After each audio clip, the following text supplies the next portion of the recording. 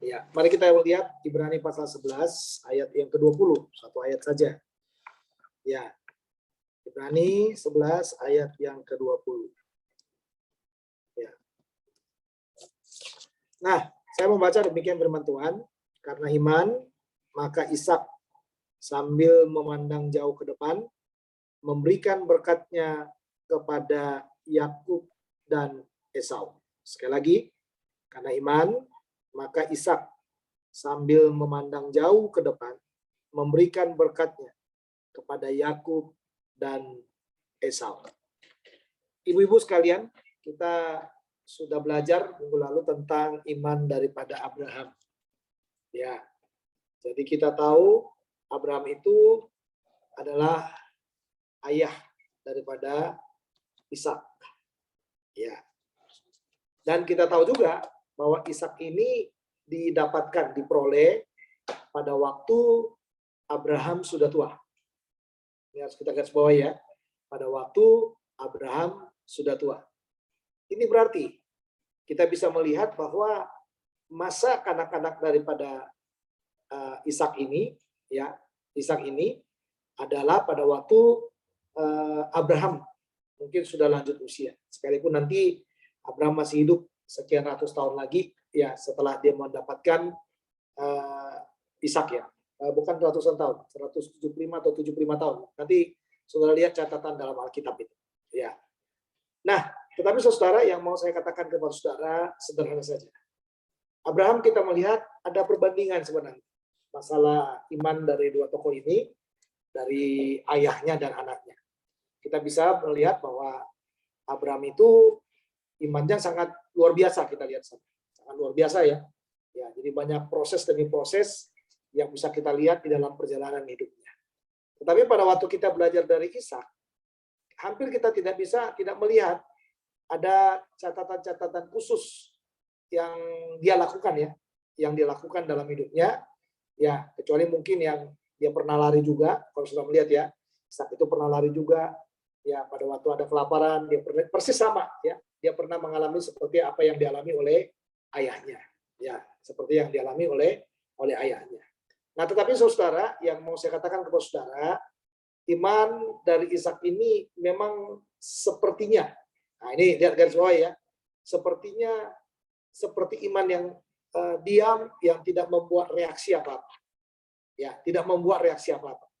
Nah, tetapi kita tahu saudara, kita tahu ini, sekalipun iman itu diam, seperti tidak ada reaksinya, ya, tapi kita harus paham bahwa iman daripada Abraham ini juga, iman dari Ishak ini juga adalah iman yang sangat terpaut dengan Tuhan.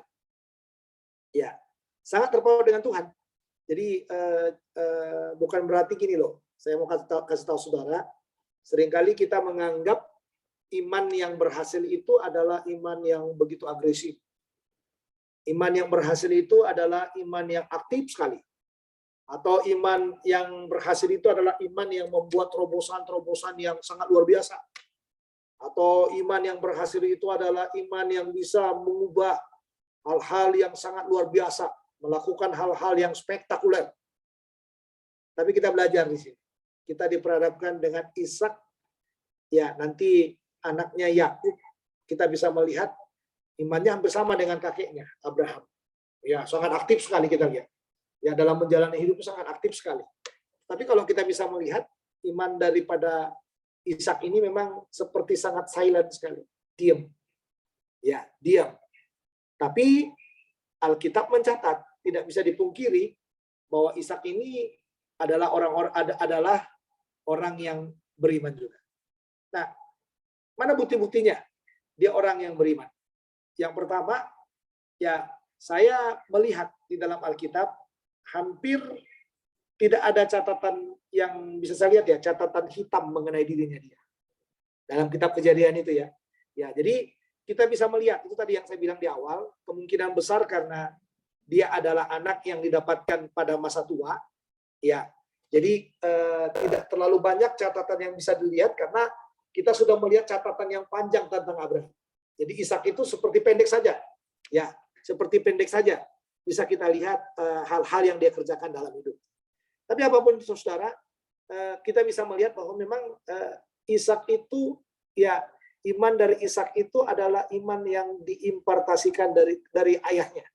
Jadi kita bisa melihat iman Ishak itu adalah iman yang belajar dari ayahnya, dari Abraham itu, ya, dari Abraham itu. Dan kita bisa melihat cara dia menyatakan iman itu memang berbeda dari Abraham. Karena apa? Tadi saya katakan ke saudara, Ishak lebih banyak modelnya yang pernah saya temukan cuma satu kali, ya. Kata-katanya pada waktu dia mau dibawa ke ke Gunung Moria, ya, waktu dipersembahkan itu. Ada pertanyaan dari Ishak di sana adalah, ayah, di sini sudah ada kayu bakar, api, dan lain sebagainya. Dia tanya seperti itu. Lalu yang dia tanya berikutnya adalah, mana domba yang mau dipersembahkan? Mana korbannya? Ya kan? Mana korbannya? Saya melihat itu catatan yang penting.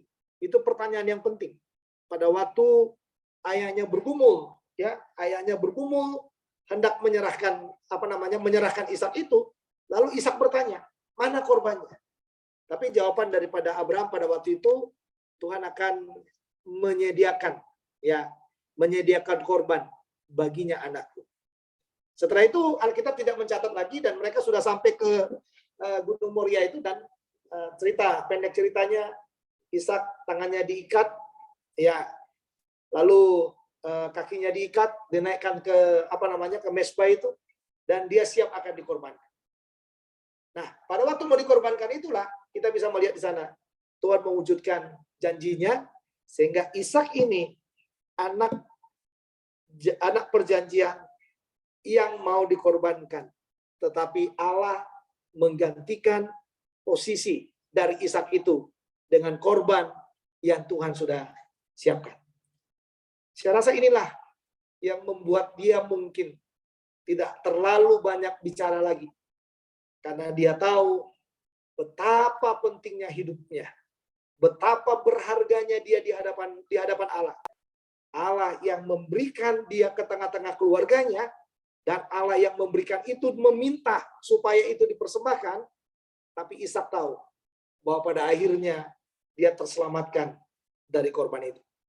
Jadi saya melihat lingkaran pertama dari Ishak itu adalah imannya dia itu adalah iman yang melihat kepada apa yang Tuhan kerjakan melalui orang tuanya. Ini penting, saudara. Iman itu perlu. Jadi kita itu melihat apa yang dikerjakan oleh Tuhan melalui orang tua kita, atau melalui orang-orang tertentu yang kita tahu mereka itu adalah tokoh-tokoh beriman, orang-orang yang percaya. Kita memandang kepada iman itu. Dan kita bisa percaya kepada Tuhan sepenuhnya karena kita melihat apa yang dikerjakan oleh leluhur kita. Nah, makanya adalah sangat penting sekali, saudara, bahwa sebagai keluarga, ya, adalah penting bagi kita untuk mengenal Tuhan sebagai Tuhan dan Juru Selamat kita pribadi. Nah, jadi imannya Ishak itu adalah, sekali lagi, yang pertama adalah iman yang dihisapkan kepada teladan daripada orang tuanya. Jadi perjalanan dia beriman itu, ya, itu memang perjalanan yang bersama-sama dengan ayah. Makanya minggu lalu dikatakan di sana, kita bisa kutip bahwa Abraham juga dikatakan bahwa dia tinggal di kemah bersama dengan Ishak, bersama dengan Yakub, dan mereka semuanya. Nah, ini kata yang penting, saudara, ya. Dan mereka semuanya, ayat 17, coba lihat di sana. Karena iman, maka Abraham tak kala ia dicobai mempersembahkan Ishak.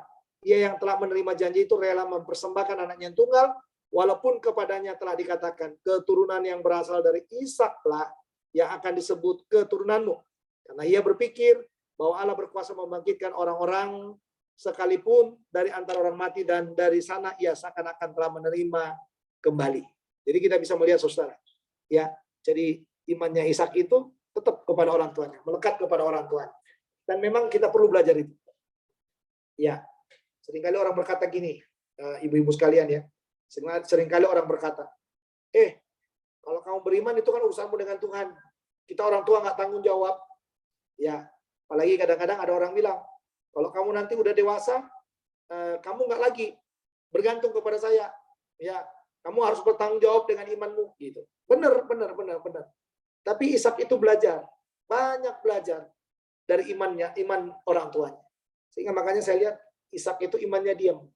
Kenapa imannya diam? Karena imannya itu selalu belajar kepada orang tuanya. Dia pasti mendengarkan perjalanan yang panjang tentang dia. Bagaimana kedua orang tuanya menantikannya. Dan bagaimana juga kedua orang tuanya memang benar-benar hidup sepenuhnya mengasihi Tuhan. Dia banyak belajar itu. Dia banyak tahu tentang orang tuanya. Banyak memahami tentang apa yang sudah dikerjakan oleh ayahnya. Dia tahu persis. Ayahnya berkali-kali gagal. Berkali-kali jatuh bangun dalam menghadapi semuanya. Itulah yang menurut saya, yang saya lihat bahwa Ishak itu benar-benar mengambil lapis yang kedua. Kalau iman Abraham itu aktif sekali, dia silent, diam. Tapi bukan berarti dia tidak beriman. Ya, tidak beriman ya. Karena penulis Ibrani berkata, karena iman maka Ishak. Jadi kita harus paham bahwa Ishak ini adalah orang yang beriman. Dan memang banyak kan saudara yang kita tahu yang dia belajar dari ayah. Salah satu apa? Salah satu ketaatan. Dia adalah orang yang taat, sama dengan ayahnya. Pada waktu yang tadi persembahan itu, saudara, apakah dia nggak bisa memberontak? Dia bisa memberontak. Dia bisa marah. Tapi dengan ayahnya berkata, Tuhan akan menyediakan korban baginya anakku, itulah yang membawa Ishak percaya. Pada waktu tangannya diikat, kakinya diikat, dia naik ke mezbah itu, dinaikkan, ditidurkan di mezbah itu. Itulah yang meyakinkan dia bahwa Allah itu mampu, sanggup memberikan, bahkan sama seperti yang diimani oleh ayahnya itu, bahwa Allah sanggup membangkitkan orang mati.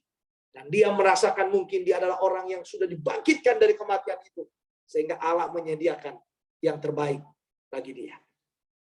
Ya, jadi ini yang dikatakan iman. Ya, imannya Ishak itu silent karena meneladani ke ayahnya, melihat banyak ke ayahnya. Dia tahu ayahnya banyak gagal jatuh bangun, dan dia sekarang hanya berjalan dengan hal-hal yang positif yang dia lihat dari ayahnya. Nah, itu sebabnya saudara dalam ayat yang ke-20 itu, imannya Ishak ini bukan sekedar dia meneladani ayahnya, ternyata sambil memandang jauh ke depan. Nah, ini dia memberikan berkatnya kepada Yakub dan Esau. Sambil memandang ke depan. Tahu itu? Melihat ke depan. Dia memberi berkat bagi kedua anaknya. Coba lihat saudara. Waktu dia punya anak kembar. Ya kan? Waktu dia punya anak kembar. Yaitu Ishak dan Esau itu. Waktu mereka belum lahir. Dalam kitab Kejadian pasal 27 itu. Apakah dia tidak tahu bahwa dua bangsa katanya. Dalam Kejadian 25, 26, 27 ya. Apakah dia tidak tahu apa yang dikatakan oleh Allah tentang kelahiran dua putranya? Bahwa dua bangsa ada dalam rahim daripada istrinya. Apakah dia tidak tahu bahwa Yakub akan jauh lebih utama daripada Esau? Dia tahu. Dia tahu. Ini luar biasanya. Tapi sebagai ayah, kita lihat di sini. Dia memandang jauh ke depan. Dia berusaha mengembalikan posisi. Wah, ini dia berusaha menaruh Esau itu di posisi yang mulia, karena dia adalah yang sulung. Dia bukan, kalau saya melihat, dia bukan menentang apa yang sudah ditetapkan oleh Allah. Tetapi Ishak itu di dalam kesilenannya, kediaman iman itu, saudara, dia mencoba, dia ingin mencoba, bukan dia mau mengubah, tapi saya mau katakan kepada saudara, di masa-masa akhir itu, saya sangat percaya sekali, dia berharap belas kasihan daripada Allah terhadap Esau itu. Sehingga itu saudara yang membuat Ishak berkata kepada Esau, pergilah, carilah makanan buruan kepadaku. Iya kan? makanan buruan kepadaku. Ya, coba lihat sana. Supaya aku memberkati engkau. Tapi istrinya mendengar. Yakub datang duluan. Coba lihat di sini. Waktu dia memberkati saudara. Kira-kira dia kan buta ya. Dalam masa tuanya itu dia buta. Saya mau tanya sama saudara. Waktu dia mau memberkati Yakub dengan perkataan yang dia katakan apa namanya? Kulitnya itu seperti Yakub, suaranya seperti Esau ya. Kalau nggak salah seperti itu kalimatnya kayaknya ya. Ya, apakah aku nggak salah katanya gitu. Sebenarnya saudara, apakah dia nggak tahu itu Yakub? Itu pertanyaan saya.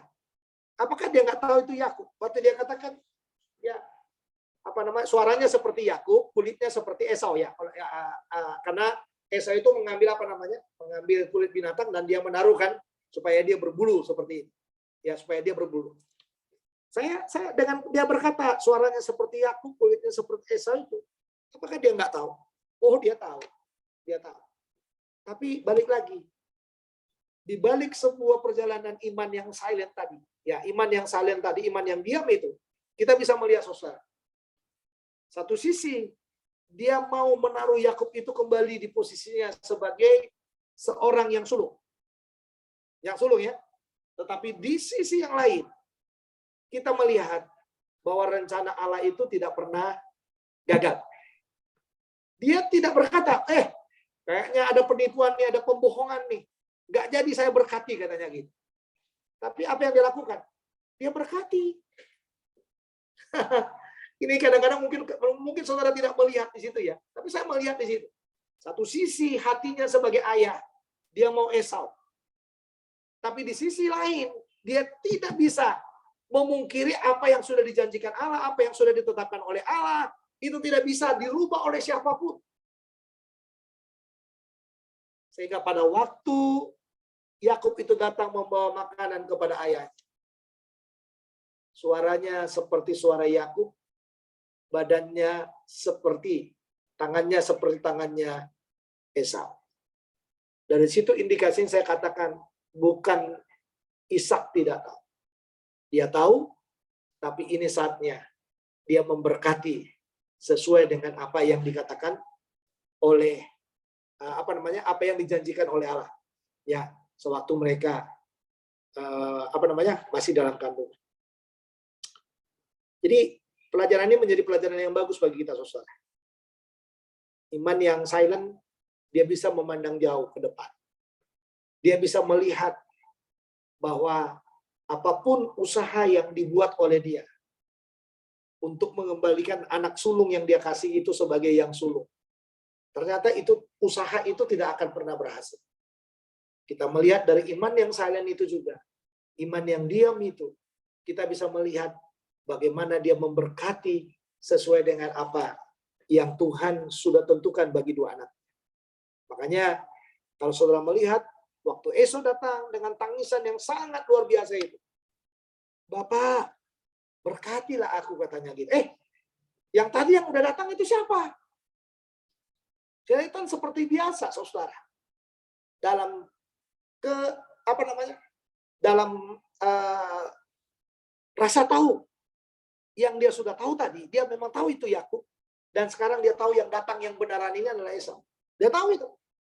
Dia tahu tangisannya yang mengharapkan berkat kesulungan itu. Dan pada akhirnya kita melihat dia tidak dapat berkat kesulungan itu. Yang dapat berkat kesulungan itu siapa? Adalah Ishak. Dan orang perjanjian lama, kata kunci dalam perjanjian lama itu bilang apa? Berkat yang sudah dilepaskan tidak bisa ditarik kembali. Ya, jadi kalau Ishak sudah memberkati Yakub, maka berkat itu menjadi milik Yakub. Tetapi Ishak pun memberi berkat yang mungkin tidak sehebat berkat yang dia berikan kepada Yakub. Tapi yang harus digarisbawahi bersama-sama, saudara, bahwa dua keturunan ini, dua saudara kembar ini, seperti apa yang sudah dinubuatkan jauh sebelumnya tentang mereka. Dan mereka akan lahir dua bangsa yang besar. Yaitu apa? Edom yang menjadi keturunan Esau, bangsa Edom yang menjadi keturunan Esau, dan satu lagi adalah Israel yang menjadi keturunan Yakub. Dua bangsa ini tidak ada titik temu, saling kejar-mengejar satu dengan yang lain. Ya kan? Saling kejar-mengejar satu dengan yang lain. Dan kalau saudara jeli juga, lihatlah, ada satu kitab, ada satu nabi yang disuruh Tuhan bernubuat kepada bangsa Edom ini. Saking jahatnya dia kepada Yakub. Ya, nabi siapakah itu? Dia adalah Nabi Obadja. Nabi Obadja lah yang membuka kesombongan demi kesombongan daripada Edom itu. Nah, jadi saudara, mari kita belajar dalam bagian ini bahwa iman yang silent bukan berarti iman yang tidak berbuat apa-apa. Iman yang silent itu adalah iman yang lebih banyak belajar dari iman orang tuanya, iman leluhurnya, iman dari orang-orang yang penting yang pernah ada di tengah-tengah hidupnya. Iman yang silent itu juga, saudara, adalah iman yang melihat jauh ke depan. Iman yang mampu memberkati keturunannya sesuai dengan berkat-berkat yang Tuhan sudah janjikan. Demikian pemberitaan firman Tuhan hari ini, belajar kita dari iman daripada Ishak adalah iman yang diam, silent, tapi bukan berarti tidak melakukan apa-apa.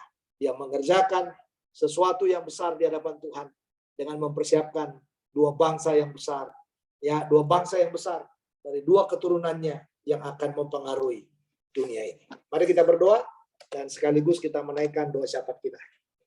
Bapa dalam surga, terima kasih buat firman-Mu. Petraikanlah dalam hati kami mau belajar dari firman ini. Bertumbuh di dalam pertolongan dan di dalam kasih daripada Tuhan. Kami mau mendoakan untuk hidup kami, hati kami, pikiran kami, dan segala keberadaan kami. Tolonglah kami ya Tuhan, supaya kami boleh lebih mengasihi Tuhan lagi. Hanya tantangan yang muncul depan kami.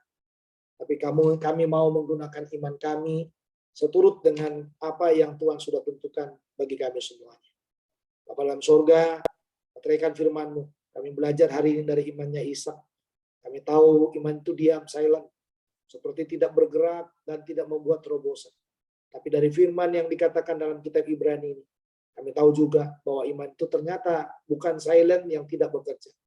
Tapi cara kerjanya dengan silent, dengan diam, dia juga melakukan perkara-perkara besar sesuai dengan apa yang Tuhan janjikan kepada dua anak yang Tuhan karuniakan kepada Ishak. Dari rahim istrinya atau dari keturunan mereka terpancar dua bangsa yang besar, yaitu Edom dan juga Israel. Kami percaya Tuhan bahwa Engkau adalah Tuhan yang memberkati, dan tolong kami supaya Tuhan menolong kami dengan keturunan-keturunan anak-anak kami dan keluarga besar kami. Biarlah semuanya mereka dipakai Tuhan, diberkati oleh Tuhan. Mereka bergerak dengan iman mereka. Tak mereka silent, diam, tapi kami percaya Engkau menolong mereka supaya mereka melakukan perkara-perkara yang akbar juga di dalam pertolongan yang daripada Tuhan. Bapak Surgawi, kami mendoakan beberapa pokok doa untuk saudara-saudara kami. Kami mendoakan untuk Pak Edwin yang sedang karantina, persiapan untuk bekerja. Dan kami berdoa Tuhan, Pak Edwin sudah ada di lokasi dan sedang dikarantina dan belum berangkat. Kami berdoa supaya Tuhan akan menolong, supaya segera bisa berangkat. Dan Tuhan menjaga kesehatannya, memberikan kekuatan, hikmat yang daripada Tuhan.